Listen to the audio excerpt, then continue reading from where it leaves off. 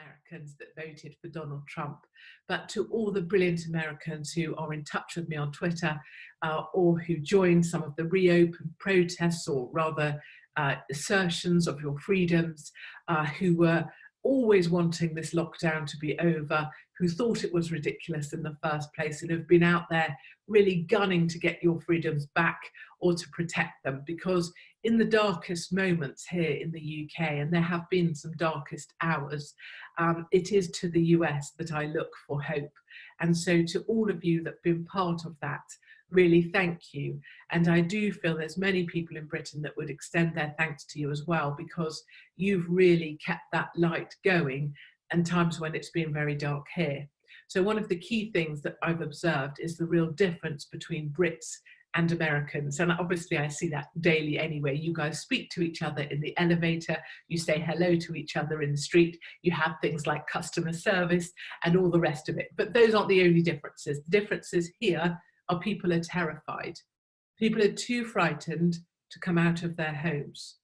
I have family members who have not gone out of their homes since lockdown began. And there are also people who feel policed by their neighbours as they are. They feel policed by other family members, and they are utterly terrified when you pass them in the street. They look at you like you're going to kill them. There's other people who feel somehow elevated to the role of police, who tell you off in the street now for no reason. And mostly there's just a feeling of all-pervasive fear that exists here in the UK. People aren't going to go back to work because they're too afraid. School teachers don't want to go back to work, partly because they're being paid, partly because they're too afraid.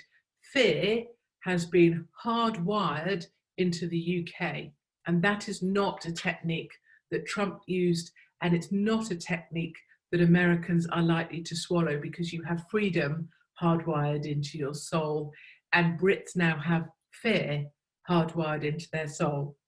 The other thing I wanted to draw parallels between is that Trump has very much followed what's best for America. So for a while that was lockdowns, but then now it's all about rebuilding America. It's about this whole, about seeing America as a whole thing. And that's what he's trying to do, look after the whole of America. Britain hasn't done that at all. Britain has tried to do this thing of keeping the death toll as low as possible at all costs. And as a result, everything is falling by the wayside. Nobody knows what's going to be left, and people are fearful, and our children are fearful. I have a family member whose daughter has not left the house for the whole of the lockdown, and she does not want to leave the house now. And that to me is what a real tragedy of this thing. What on earth have we done to our young people? Some of the other parallels that I wanted to draw, as you've heard, from Dr. Fauci to Ferguson, that same use of medical and science, two gentlemen who are somehow seen as it's the sort of God delusion, because they're scientists, we must believe them.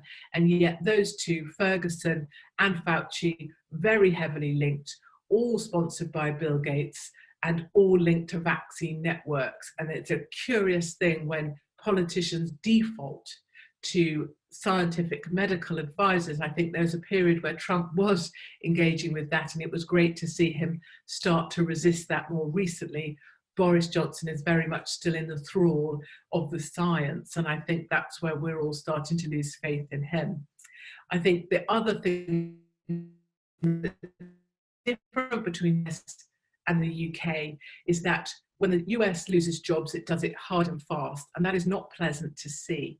However, there's a good thing that happens when people are culled. Your unemployment rate will fall to around 20%, but it does it fast. You know where you're at.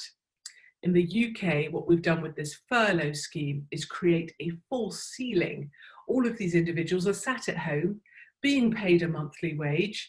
Many of them are actually quite enjoying it because it's a paid holiday. It's been sunny here, surprisingly, for the UK. And that some of them have no idea that what they actually are is unemployed. They just don't know it yet. And using the sort of slaughterhouse analogy, if you're going to cull people, as we always said in business, the best way to do it is to do it fast. Here in the UK, it's like you can smell the slaughterhouse coming, and yet it's just going to be drawn out in a very painful process that's going to cost us more than we pay into our NHS, and is going to give us the sort of debt that we had in World War II that took decades to pay back. Other two differences I want to highlight before I stop talking, which will be a relief to you all. We will make America great again.